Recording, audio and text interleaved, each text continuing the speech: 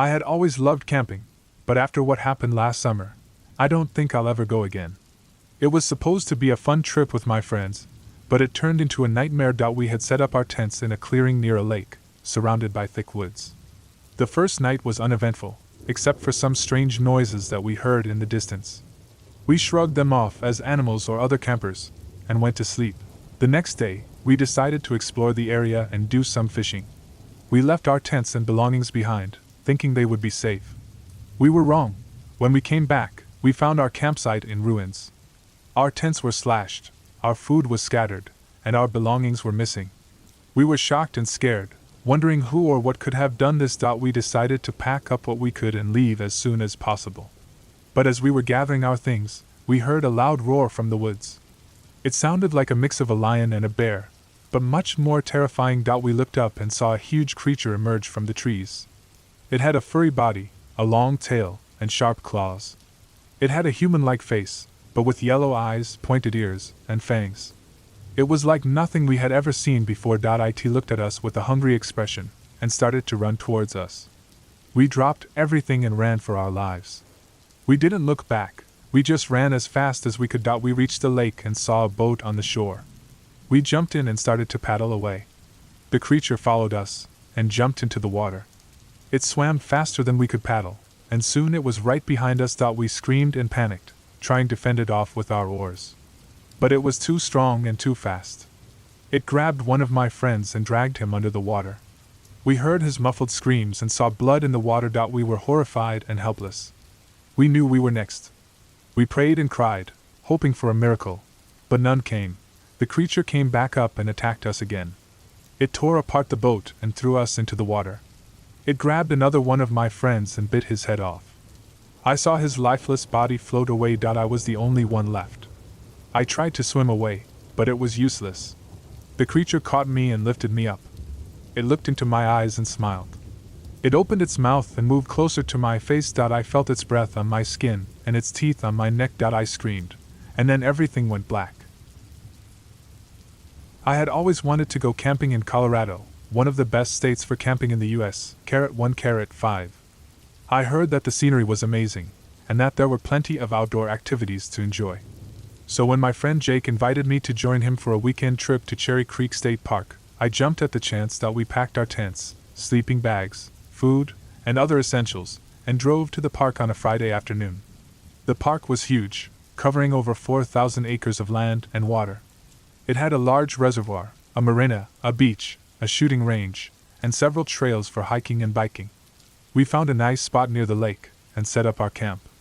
The weather was perfect, sunny and warm, and we decided to go for a swim in the lake. The water was refreshing, and we had fun splashing around and diving off the dock. We saw some people fishing, boating, and kayaking on the lake, and we waved at them. We stayed in the water until the sun began to set, and then we dried off and headed back to our campsite. We made a fire, roasted some hot dogs and marshmallows, and told each other stories and jokes. We had a great time, and I felt relaxed and happy. We went to bed around 10 p.m., and I fell asleep quickly in my cozy sleeping bag. I dreamed of the stars, the lake, and the mountains. I was having a peaceful night, until I was awakened by a loud noise. It sounded like a gunshot, and it came from the direction of the shooting range. I sat up in my tent, and looked at my watch. It was 2 a.m. Who would be shooting at this hour? I unzipped my tent, and peeked outside. I saw Jake's tent next to mine, and the fire still burning. I didn't see anyone else around, except for a few other tents in the distance. I wondered if anyone else heard the shot, and if they were alarmed. I decided to check on Jake, and see if he was okay. I got out of my tent, and walked over to his. I called his name softly, and reached for the zipper. As soon as I touched it, I heard another shot. This time, it was much closer, and I felt something was past my ear. I ducked instinctively, and looked around frantically. I saw a flash of light, and a puff of smoke, coming from the trees near the shooting range. Someone was shooting at us. I panicked, and ran back to my tent. I grabbed my phone, and dialed 911. I hoped that the signal was strong enough, and that the operator would answer. I heard a voice on the other end, and I quickly explained the situation. The operator told me to stay calm, and that help was on the way. She asked me for my location, and I told her the name of the park, and the number of our campsite. She said that she would contact the park rangers, and that they would be there soon. I hung up the phone and crawled into my tent. I zipped it up and hoped that it would offer some protection. I was terrified, and I didn't know what to do. I wondered who was shooting at us, and why. Was it a random act of violence, or did they have a motive? Did they know us, or were we just unlucky targets? Were they still out there, or did they leave? I had so many questions, and no answers. I tried to calm myself down and think of a way to escape. I thought about running to the car and driving away. But that would expose me to the shooter, and I didn't know if they were still watching. I thought about waiting for the rangers and hoping that they would arrive soon. But that would mean staying in the tent and hoping that the shooter wouldn't shoot again. I felt trapped and helpless. I looked at my watch and saw that it was 2:15 a.m. It had been 15 minutes since I called 911, and I wondered how long it would take for the rangers to get here. I hoped that they were close, and that they would find the shooter and stop them. I hoped that Jake was okay, and that he wasn't hurt. I hoped that this nightmare would end soon, and that we would be safe. I heard a siren in the distance, and I felt a surge of relief. It was the rangers, and they were coming to help us. I heard them drive into the park and stop near our campsite.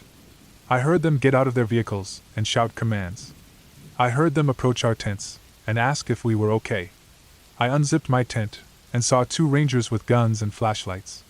They looked at me with concern and asked me to come out. I did as they said and followed them to their car.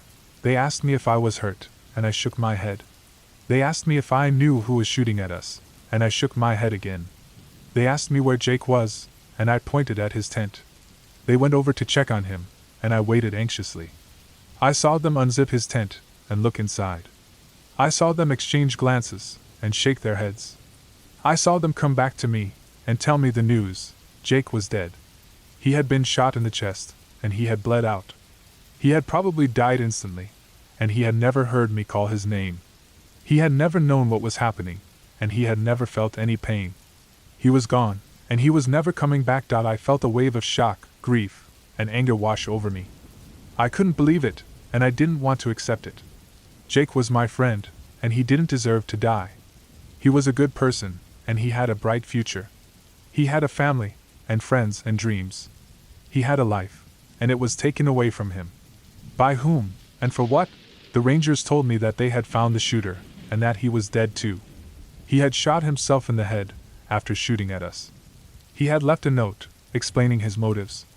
He was a disgruntled employee of the park, and he had been fired for stealing money from the marina. He had blamed the park management and the visitors for his problems. He had decided to take revenge, and to kill as many people as he could. He had chosen our campsite because it was close to the shooting range, and because we were the only ones awake. He had no connection to us, and he had no reason to hate us. He had just wanted to cause pain, and to end his own. The rangers told me that they were sorry, and that they would do everything they could to help me. They told me that they would contact my family, and Jake's family, and that they would arrange for our belongings to be returned. They told me that they would take me to the hospital, and that they would provide me with counseling. They told me that they would investigate the case, and that they would make sure that justice was done. They told me that they were here for me, and that I was not alone. I thanked them, and I got into their car. I looked at the park, and I felt a mix of sadness, and anger, and fear. I had come here to have fun, and to enjoy nature. I had come here to make memories, and to bond with my friend. I had come here to live, and to be happy, but instead, I had experienced horror, and violence, and death. I had lost my friend, and I had almost lost my life. I had seen the worst of humanity, and I had felt the deepest of pain. I had come here to go camping, and I had left with a scar. I had always loved camping, but after what happened last summer, I don't think I'll ever go again. It was supposed to be a fun trip with my friends, but it turned into a nightmare. We had set up our tents in a clearing near a lake, surrounded by thick woods. The first night was uneventful, except for some strange noises that we heard in the distance. We shrugged them off as wild animals and went to sleep. The next day, we decided to explore the area and do some fishing. We split up into 2 groups. Me and Jake went to the lake, while Sam and Lisa went to the woods. We agreed to meet back at the campsite by sunset. Jake and I had a good time at the lake, catching some fish and enjoying the scenery. We didn't notice anything unusual until we heard a loud scream coming from the woods. It sounded like Lisa. We dropped our fishing rods and ran towards the source of the noise. As we got closer, we saw blood on the ground and on the trees. We followed the trail, hoping to find Lisa and Sam alive, but we were too late. We found their bodies in a clearing, torn apart by something. Their faces were frozen in horror, and their clothes were shredded. There was no sign of whatever did this to them. We were terrified. We didn't know what to do. We wanted to call for help, but we had no signal on our phones. We wanted to get out of there, but we didn't know which way to go. We were lost and alone, with a monster lurking in the woods. We decided to head back to the campsite, hoping to find our car and drive away. We ran as fast as we could, trying not to look at the carnage behind us. We didn't stop until we reached the clearing where our tents were. But when we got there, we saw that our tents were ripped open and our belongings were scattered everywhere. Our car was gone. Someone or something had taken it. We were trapped. We had no shelter, no food, no water, no weapons, and no way to escape. We were sitting ducks for whatever was hunting us. We heard a growl from the woods. It was getting dark. We knew we wouldn't survive the night. We hugged each other and prayed for a miracle, but it never came.